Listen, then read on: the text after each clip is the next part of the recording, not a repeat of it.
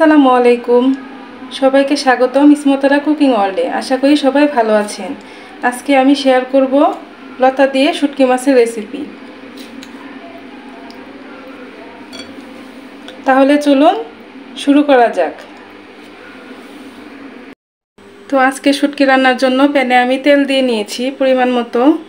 এখানে নিয়ে নিয়েছি পেঁয়াজ কুচি, রসুন কুচি, কাঁচামরিচ। তো প্রথমে আমি পেঁয়াজ কুচিগুলো দিয়ে দেব।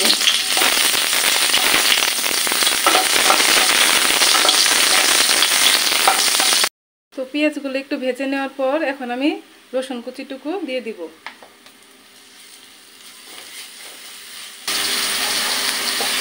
এখন আমি একে একে এখানে 1 চামচ হলুদের গুঁড়া,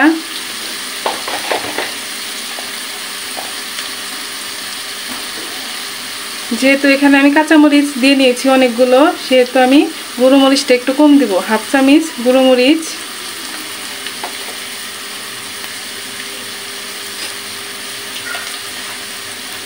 পরিমাণ মতো লবণ দিয়ে ভেজে নিব।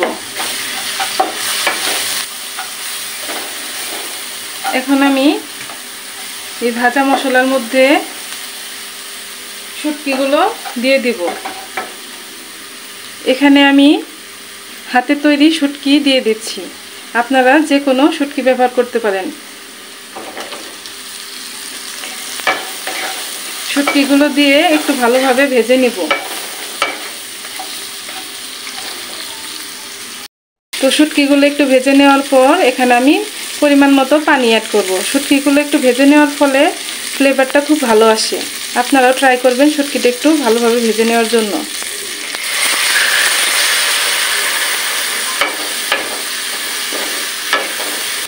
শুটকিগুলো একটু সিদ্ধ হতে দিব। তো আমার শুটকিগুলো এখানে এখন নরম হয়ে গেছে অনেকাংশেই,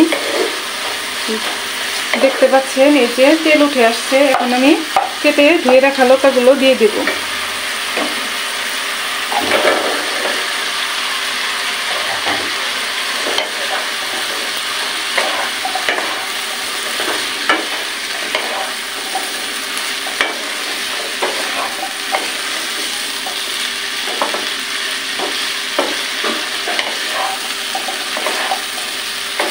লতাগুলো ভালোভাবে মিশিয়ে এখন একটু জালটা মিডিয়ামে রেখে ঢেকে রাখবো।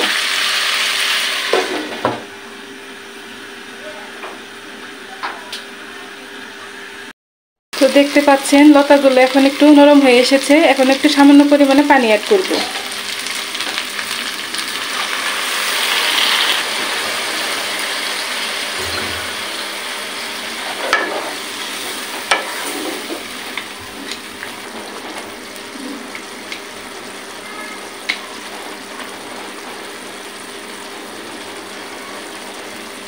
এখানে আমি 1 কাপ পরিমাণ পানি অ্যাড করেছি।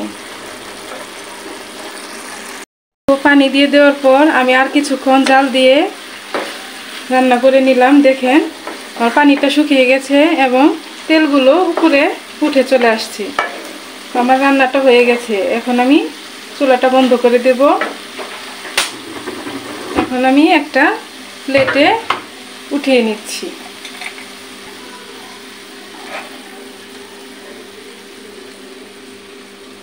তো আপনাদের যদি আমার ভিডিওটা ভালো লেগে থাকে তাহলে অবশ্যই একটি লাইক দিয়ে সাবস্ক্রাইব করে আমার পাশে থাকবেন। ধন্যবাদ সবাইকে। আল্লাহ হাফেজ।